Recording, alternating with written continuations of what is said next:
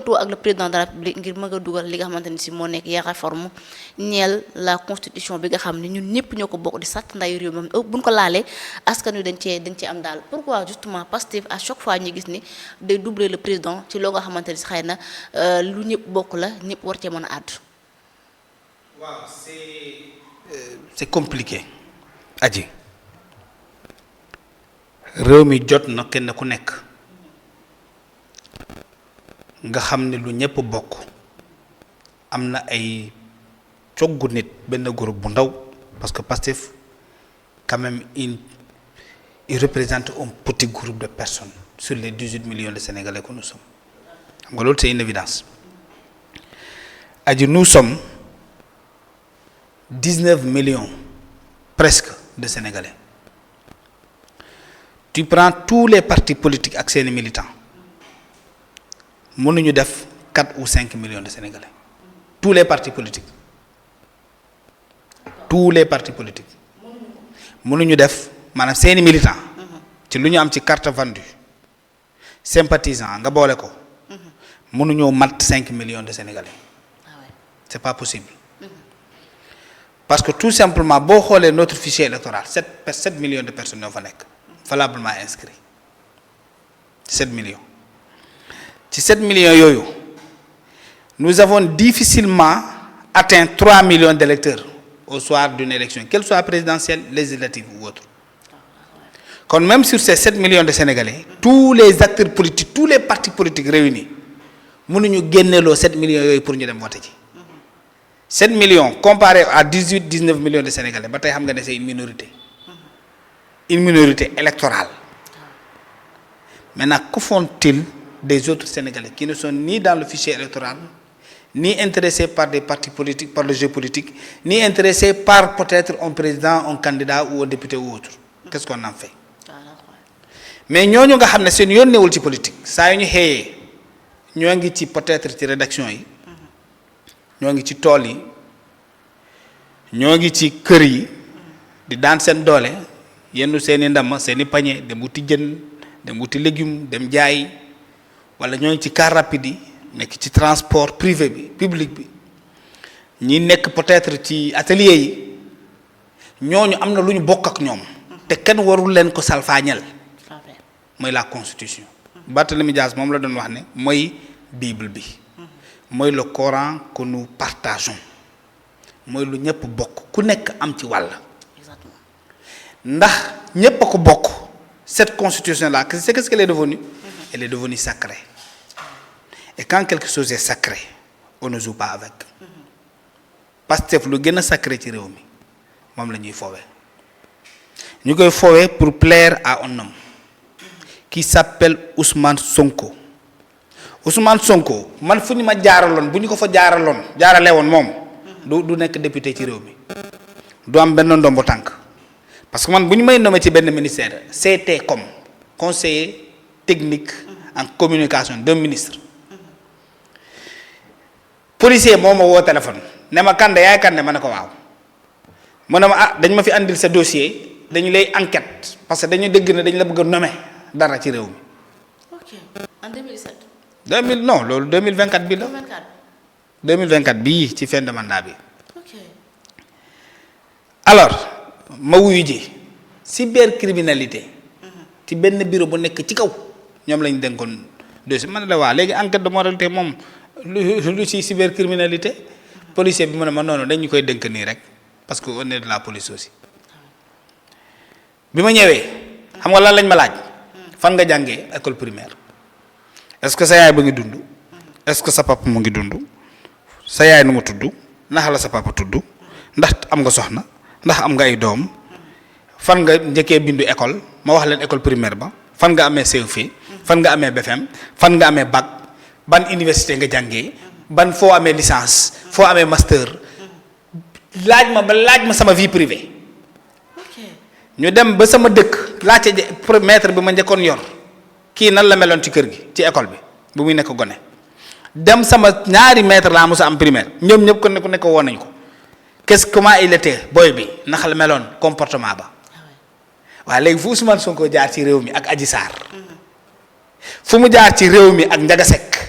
ak leneen est-ce que man kooku bu den dañoo wax parce que dañoo enquête de moralité. tout à fait. waxuñu enquête professionnelle ou pédagogique ou académique de la morale lu nit ki moom moo intéressé l'État léegi ndax cette personne là nit kooku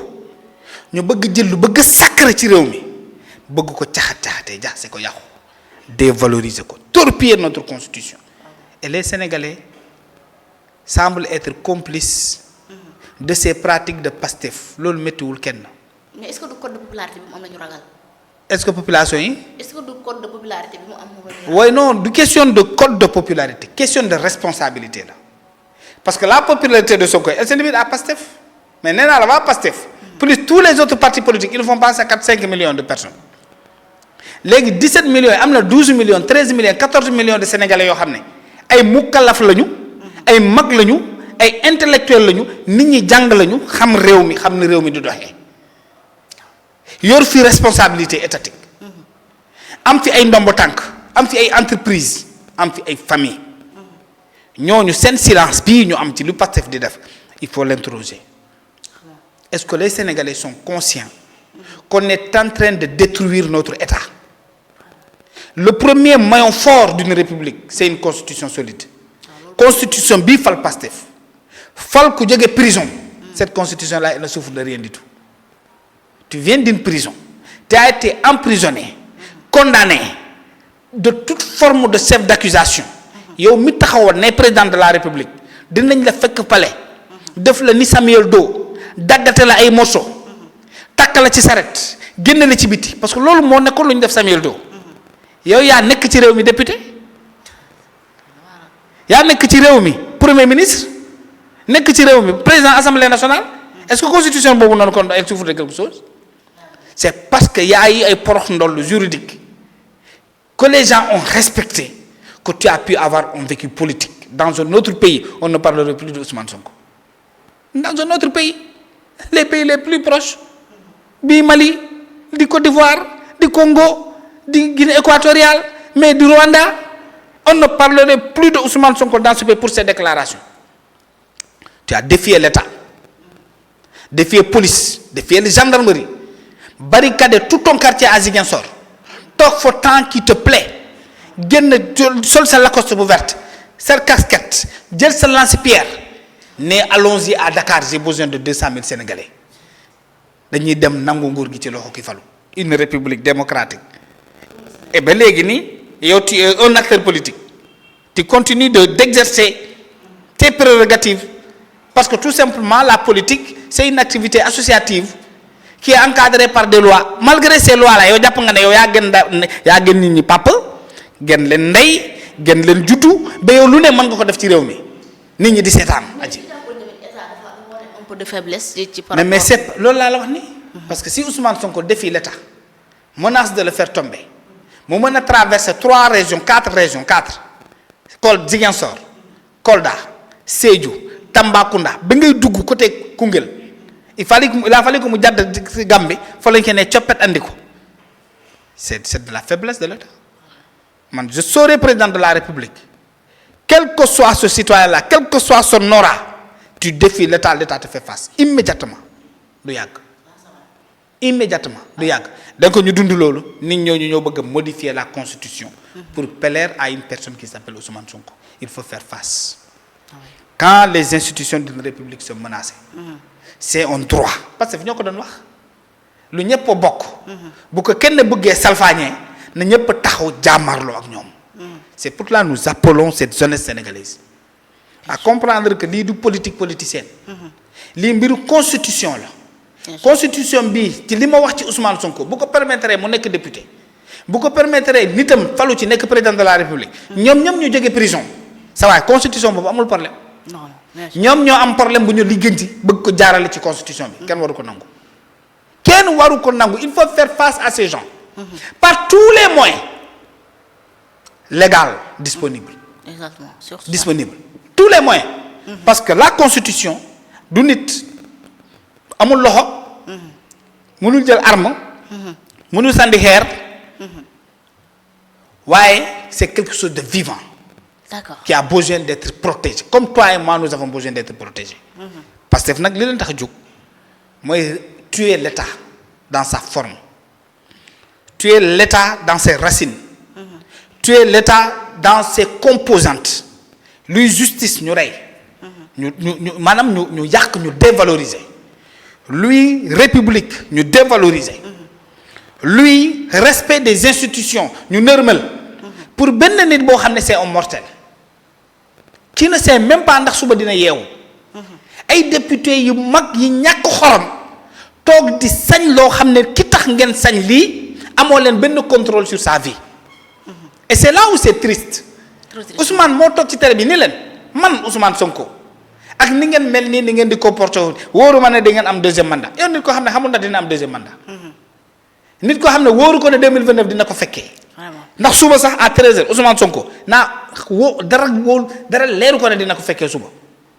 ngeen di ignorer loolu. di détruire mais vos valeurs vos principes ce qui est humain en vous et vous prenez les risques de tenter de détruire cette constitution là. que tout le monde a amélioré. Pastef moom mu bëgg cee dugg yàqu ko. léegi ñu nar a seetaan c'est pour les forces vives de cette république là doivent faire face à Pastef pour qu'on ne détruise pas cet élément sacré boo xam ne ñun ñëpp ñoo ci bokk ñoo ko bokk. là c'est important mais aussi bëgg naa nga ñëwaale ci cellu ñi nga xam ne moo nekk opposition parce que fi lañ nekk à faire des communiqués di wax rek mais gisaguñ daanaka keneen am ci benn taxawaay bu am dëgër laay mais ci li nga xamante ne Kandé moo nekk cette guerre autour de la constitution. parce que bu ñu tegee seen ay amendement président indi amendement ñu dindi ko mais bëgg naa taxaw ci ñaari mbir comme quoi que ñoom dañoo bëgg la politique de la nation